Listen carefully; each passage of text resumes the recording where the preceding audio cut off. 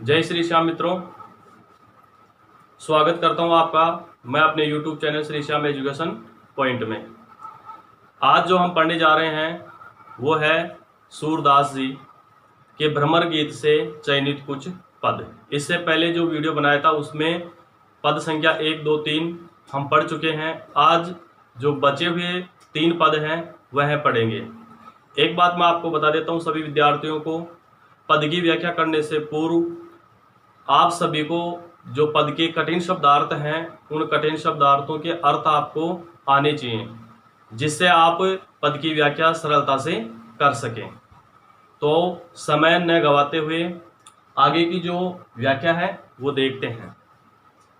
पद संख्या यहाँ पर 4 दी हुई है, ठीक है। देखिए, अखियां हरि दर्शन की भूखी, कैसे रहे रूप रस राची, ये बतिया सुनी रूखी, अवधि गणत एक टक मग जोवत, तब एति नहीं झुकी, अब इन जोग संदेशन ऊधो, अति अकुलानी दुखी, बारक वह मुख फेरी दिखाओ, दूही पय पियत पतुकी, सूर सिकत हटी नाव चलायो, ये सरिता है सुखी। ये पद है, ये पद हमने पढ़ा है। अब इसके कठिन शब्दार्थ हैं वो जल्दी से देख लेते हैं। अखियां का अर्थ है आंखें, हरि का अर्थ होता है श्री कृष्ण, दर्शन का अर्थ होता है देखने के लिए, भूखी अत्यंत लालायित, रूप रस सुंदरता रूपी आनंद, रांची रंगी हुई, बतियां बातें, या दूसरा अर्थ ले सकते हैं इसका उपदेश, रूखी नीरस, अवधि लौटकर आने का समय, गणत गिनते हुए, एकटक ऐपलक, मग मार्ग, जोवत देखते हुए, एति इतनी, झुकी झुझलाई, जोग संदेशन इन दोनों का अर्थ है वियोग के संदेश, उधो का अर्थ उद्धव जी से है, अति का अर्थ है बहुत, अकुलानी व्याकुल है, दुखी हो रही है, बारक एक बार, वह मुख चेहरा फेरी फिर से दिखाओ, ठीक है, दोनों का अर्थ है, दूही दुहकर का अर्थ होता है निकाल कर, पय दूध पीवत पीते, पतुकी पत्ते से बना दोना, सूर का अर्थ सूरदास जी है, सिकत रेत, हटी अविवेकपूर्ण, नाव का अर्थ नाव रहेगा, चलायो चलाना, सरिता नदियां, गोपियों का हृदय, सूखी जल रहित। इस प्रकार से इसके कठिन शब्दार्थ हमने देखे हैं। अब इसकी व्याख्या देख लेते हैं। क्या है इसकी व्याख्या? देखिए, प्रस्तुत पद में गोपियां उद्धव के विवेक पर तरस खाती हुई कहती हैं कि हे उद्धव जी, हमारी जो आंखें हैं यह आंखें भगवान श्री कृष्ण के दर्शनों के लिए अत्यंत लालायित है। यानी हमारी आंखें हैं, यह आंखें भगवान श्री कृष्ण के दर्शनों को देखने के लिए अत्यंत लालायित हो रही हैं। कैसे रहे रूप रस राची, हे उद्धव जी अब आप ही बता दीजिए हमें, यह आंखें भगवान श्री कृष्ण के सुंदरता रूपी आनंद में रंगी हुई हैं। हमारी आंखें भगवान श्री कृष्ण के सुंदरता रूपी आनंद में रंगी हुई है, डूबी हुई हैं। बतिया सुनी रूखी, और हे उद्धव जी आपकी जो ये बातें हैं ये उपदेश है, यह उपदेश हमें कैसे सुनाई दे रहे हैं? नीरस सुनाई दे रहे हैं, अर्थात आपकी बातों में कोई आनंद नहीं है, कोई रस नहीं है, कोई खुशी नहीं है। अवधि गणत एक टक मग जोवत, हे उद्धव जी हम भगवान श्री कृष्ण के मथुरा से लौटकर आने वाले मार्ग को हम ऐपलक टकटकी लगाकर पलकों को बिना झिपकाए हम उस मार्ग को दिन रात देखती रहती हैं। कि भगवान श्री कृष्ण जिस रास्ते से मथुरा नगरी में गए थे उसी रास्ते से वो वापस गोकुल में लौट कर आएंगे, तो उस मार्ग को हम बिना पलक झपकाए हुए लगातार देखती रहती हैं। तब एति नहीं झुकी, हे उद्धव जी तब भी हमारी आंखें हैं वो इतनी नहीं झुंझलाई। झुंझलाई का अर्थ होता है दिखाई न देना, यानी कहने का तात्पर्य यह है कि हम लगातार मार्ग को देख रही हैं टकटकी लगाकर, तब भी हमें हमारी जो आंखें हैं यह नहीं झुंझलाई, अर्थात दिखना बंद नहीं हुआ। अब इन जोग संदेश न उदो, हे उद्धव जी, अब आपके इन वियोग रूपी संदेशों को सुनकर, कौन सा संदेश? वियोग रूपी संदेश, निर्गुण ब्रह्मा का संदेश, अति अकुलानी दुखी। हे उद्धव जी, आपके इन संदेशों को सुनकर हम व्याकुल हो रहे हैं और मन ही मन बहुत ज्यादा दुखी हो रही हैं।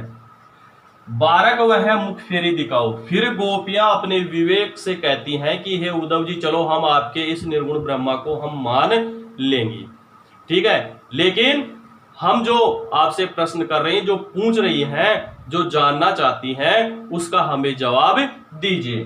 बारक वह मुख फेरी दिखाओ।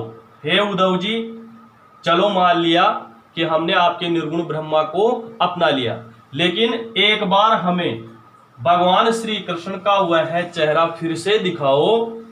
दूही पै पीवत पतु की, जिस प्रकार भगवान श्री कृष्ण, जिस प्रकार श्री कृष्ण दूध निकालकर पत्ते से बने हुए दोने में पिया करते थे, तो वह चेहरा हमें एक बार फिर से दिखा दो। हे उद्धव जी, आगे गोपियां कहती हैं, हे उद्धव जी, आप हठ पूर्वक या अविवेक पूर्ण तरीके से आप सूखी रेत में, किसमें? सूखी रेत में नाव चलाने का कार्य कर रहे हैं। हम गोपियों का हृदय, हमें गोपियों का हृदय सूखी नदी के समान, किसके समान? सूखी नदी के समान जल रहित हो चुका है, अर्थात गोपियों का हृदय है भगवान श्री कृष्ण के गोकुल से मथुरा चले जाने के बाद में उनका हृदय है वो जल रहित हो चुका है। और उद्धव जी हैं वो हठ पूर्व क्या कर रहे हैं? जो निर्गुण ब्रह्मा योग रूपी नाव है, उस योग रूपी नाव को गोपियों के जल रहित, किसमें? जल रहित हृदय में चलाना चाहते हैं। इस प्रकार से यह कार्य उद्धव जी के लिए सरल नहीं है। आगे देखते हैं पांचवा पद। पांचवा पद देखिए, निर्गुण कौन देश को बासी, मधुकर हंसी समुझाए, सोहै दे बूझती साँच न हासी, को है जनक जननी को कहियत, कौन नारी को दासी, कैसो बरन देश है कैसो, के ही रस में अभिलाषी, पावे गो पुनहि कियो आपनो, जोरे कहे गो गासी, सुनत मोन हवे रह्यो, ठग्यो सो सूर सबे मति नासी। अब इसके कठिन शब्दार्थ देख लेते हैं। निर्गुण निराकार ईश्वर, कौन, किस, देश, देश का देश ही रहेगा, बासी निवासी या रहने वाला, मधुकर यहां पर उद्धव जी के लिए लिया गया है, हंसी हंसकर, समुझाए समझाना, सो है सौगंध दिलाकर, बूझती पूछती है, साच सच, न नहीं, हंसी, हंसी के दो अर्थ है, हंसी ले लेना या मजाक, को कौन, जनक पिता, जननी को माता, कैयत कहते हैं, कौन नारी पत्नी, दासी सेविका, बरन रंग, बेश वेशभूषा, रस आनंद, अभिलाषी चाहने वाला या रुचि रखने वाला, पावे को प्राप्त करोगे, पुनहि फिर, कियो जो किया है, आपनो आपने, जोरे कहेगो गासी जो भी आप कहोगे, कौन सी बातें? कपटपूर्ण बातें या झूठ बोलोगे तो आप जैसा करोगे वैसा आप प्राप्त करोगे। सुनत सुनते हैं, मौन चुपचाप, हवे होकर, रयो रह गए, ठग्यो ठगा हुआ सा जिससे किसी का कुछ छिन जाए, सूर सूरदास जी, सबे सभी, मति बुद्धि या चतुराई किसकी? उद्धव जी की, नासी नष्ट हो गई, व्यर्थ हो गई। अब देखिए इसकी व्याख्या देखते हैं। प्रस्तुत पद में गोपियां उद्धव जी से कहती हैं कि हे उद्धव जी, हम मानते हैं कि हम आपके निर्गुण ब्रह्मा को हम अपने जीवन में अपना लेती हैं, लेकिन उससे पहले हम उस निर्गुण ब्रह्मा का हम आपसे परिचय चाहती हैं। उस निर्गुण ब्रह्मा के बारे में हमें जानकारी दीजिए। तो जो गोपियां हैं वो उद्धव जी से क्या कहती हैं, देखिए, निर्गुण कौन देश को बासी, हे उद्धव जी, आपके निराकार जो ईश्वर है, निर्गुण ब्रह्मा है, वह किस देश के निवासी हैं, अर्थात वह किस देश में निवास करने वाले हैं, वो कौन से देश में निवास करते हैं। मधुकर हंसी समझाए, हे उद्धव जी, हे उद्धव जी, हमें जरा आप हंसकर समझाएं, यानी आप थोड़ा हंसिए और हंसकर हमें समझाने का प्रयत्न कीजिए। सोह दे बूझती है उद्धव जी, हम आपको अपनी सौगंध दिलाकर पूछती हैं साच ना हंसी, यह सच बात हम आपसे बोल रही हैं, कह रही हैं, यह कोई हंसी मजाक की बात नहीं चल रही है।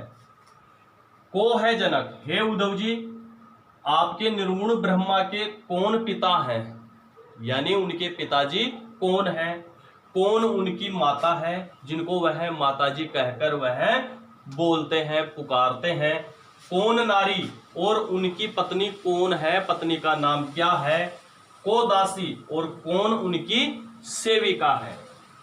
केशो बरन, और हे उद्धव जी, आपके उस निर्गुण ब्रह्मा का रंग कैसा है, वह वेशभूषा वस्त्र कैसे धारण करते हैं, कहीं रस में अभिलाषी, और हे उद्धव जी, हमें यह भी बता दीजिए कि वह निर्गुण ब्रह्मा किस में सबसे ज्यादा आनंद प्राप्त करता है, किस में सबसे ज्यादा रुचि रखता है, तथा किसको अधिक चाहने वाला है।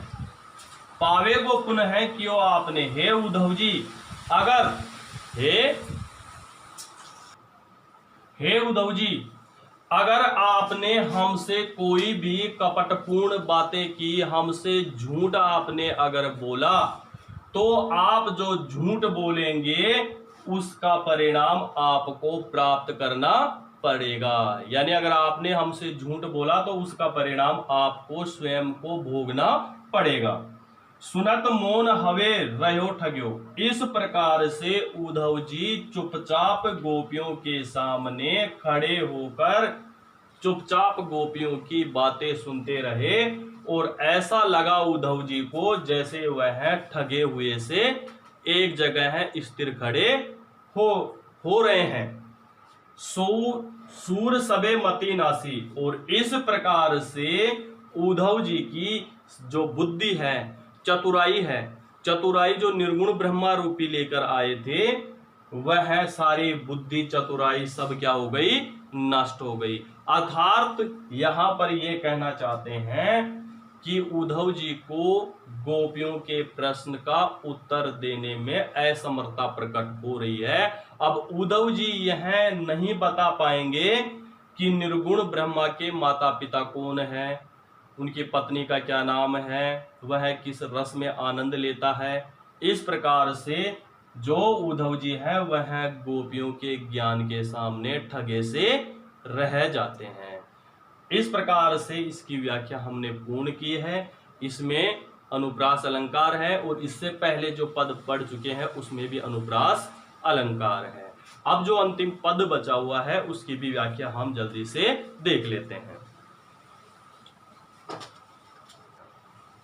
देखिए, अब अंतिम पद देखते हैं। बिन गोपाल बेरन बही कुंजे, तब ये लता लगती अति शीतल, अब बही विषम ज्वाल की पुंजे। वृथा बहती जमुना खग बोलत, वृथा कमल फूले अली गुंजे। पवन पानी घनसार संजीवनी दधी, सूत किरण भानु भई गुंजे। हे उधो कहियो माधव सो, विरह कदन करी मारत लुंजे। सूरदास प्रभु को मग जोवत, आँखियां बही बेरन जो गुंजे। यह अंतिम पद है। अब इसके कठिन शब्द आप देख लेते हैं एक बार। बिन गोपाल, बिना श्री कृष्ण के, बेरन शत्रु या कष्टदायिनी, गुंजे वृक्षों का समूह है। तब ये लता, जब श्री कृष्ण हमारे साथ है तब लगती थी अति बहुत शीतल ठंडी, बही हो गई विषम भयंकर ज्वाल अग्नि पुंजे समूह है। वृथा व्यर्थ या बेकार, बहती बहना, खग पक्षी बोलत बोलते, वृथा व्यर्थ फूले खिल रहे हैं, अली भूरा गुंजे गुंजार करते हैं, पवन हवा पानी पानी, घनसार कपूर संजीवनी बादल, ददिशु चंद्रमा, किरण सूर्य से लिया गया है, भानुकात सूर्य, बही होकर या बनकर, भुंजे जला रही हैं, हे उद्धव कहियो कहना, माधव श्री कृष्ण, सो से या उससे, विरह रूपी कटार, कदन का अर्थ कटार, करी करके मारत मार कर या मार रही है, लुंजे असक्त, सूर्यदास प्रभु को मग जोवत, मार्ग या आगमन, जोवत देखते हुए, आँखियां आंखें, भई हो गई बैरन वर्ण या रंग, जो यानी जैसे, गुंजे गुंजा नामक फूल के समान ये है आंखें हो चुकी हैं। अब यहाँ पर देखिए गोपियां और उद्धव के बीच में वार्तालाप जो हो रहा है उसमें क्या कहती हैं गोपियां। प्रस्तुत पद में गोपियां उद्धव जी से कहती हैं कि हे उद्धव जी, बिना श्री कृष्ण के हमारा जीवन कितना कष्टप्रद हो चुका है यह हम ही जानते हैं।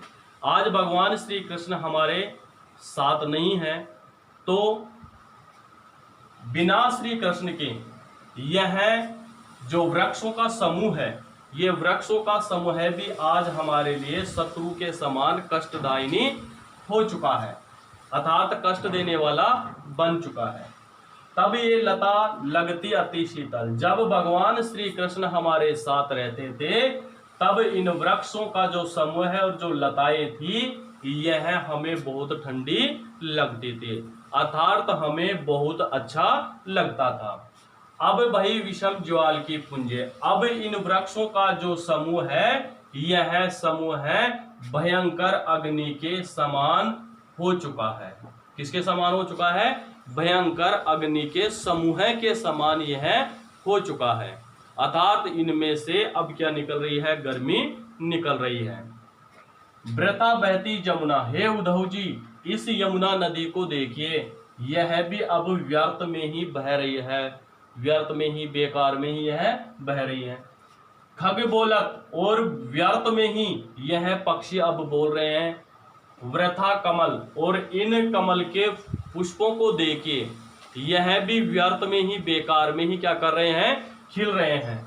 अली गुंजे, और इन भोरों को देखिए जो इन कमल के फूलों के ऊपर मंडरा रहे हैं, ये भी क्या कर रहे हैं? व्यर्थ में ही इन फूलों के ऊपर मंडरा रहे हैं, अर्थात इनका मंडराना अब व्यर्थ है।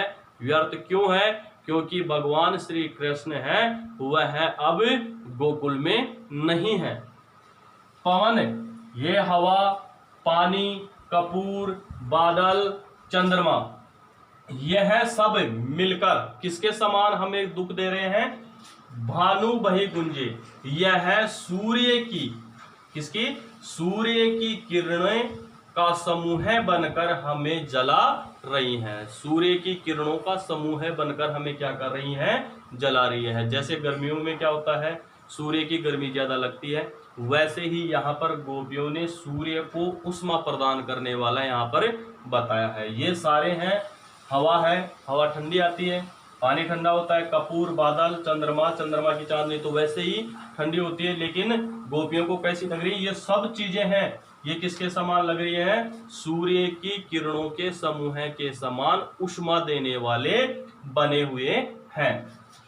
हे उद्धव, हे उद्धव जी, हे उद्धव जी कहियो माधव सु, हे उद्धव जी आप श्री कृष्ण से जाकर कहना, विरह कदन करी मारत लुंजे, विरह रूपी कटार, कौन सी कटार? विरह रूपी कटार हम गोपियों के हृदय में बार बार प्रहार कर रही है।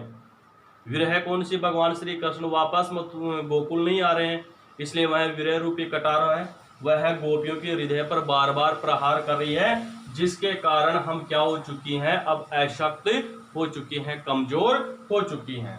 सूरदास प्रभु को मग जोवत, आगे गोपियां उद्धव जी से कहती हैं कि हे उद्धव जी, हम लगातार भगवान श्री कृष्ण के उस मार्ग को टकटकी लगाकर देखती रहती है जिस मार्ग से भगवान श्री कृष्ण गोकुल को छोड़कर मथुरा में गए थे। आंखियां बही बैरन जो गुंजे, तो हमारी आंखें हैं, इन आंखों का जो वर्ण है, रंग है, वह रंग भी किसके समान हो गया है, एक गुंजा नामक फूल के समान हो चुका है। गुंजा नामक फूल है वह कैसा होता है, लाल रंग का होता है। और हमारी जो आंखें हैं जिनके बीच में सफेद सफेद रंग का अपने को दिखाई देता है, यह जब हम एक रात दो रात नहीं सोते हैं तो यह आंखें लाल हो जाती हैं। तो ये आंखें लाल होना किसके समान बताया है, तो यहाँ पर गोपियों ने गुंजा नामक फूल के समान बताया है। इस पद में भी अनुप्रास अलंकार का प्रयोग किया है। इस प्रकार से हमने सूरदास जी के 6 पद थे, वो 6 पद हमने यहाँ पर पढ़े हैं। अब जो आगे आएंगे रहीमदास जी, उन रहीमदास जी के जो दोहे हैं वो दोहे भी मैं जल्दी ही आपके सामने वीडियो बनाकर मैं जल्दी ही आपके सामने पेश करूंगा। जय श्री श्याम दोस्तों।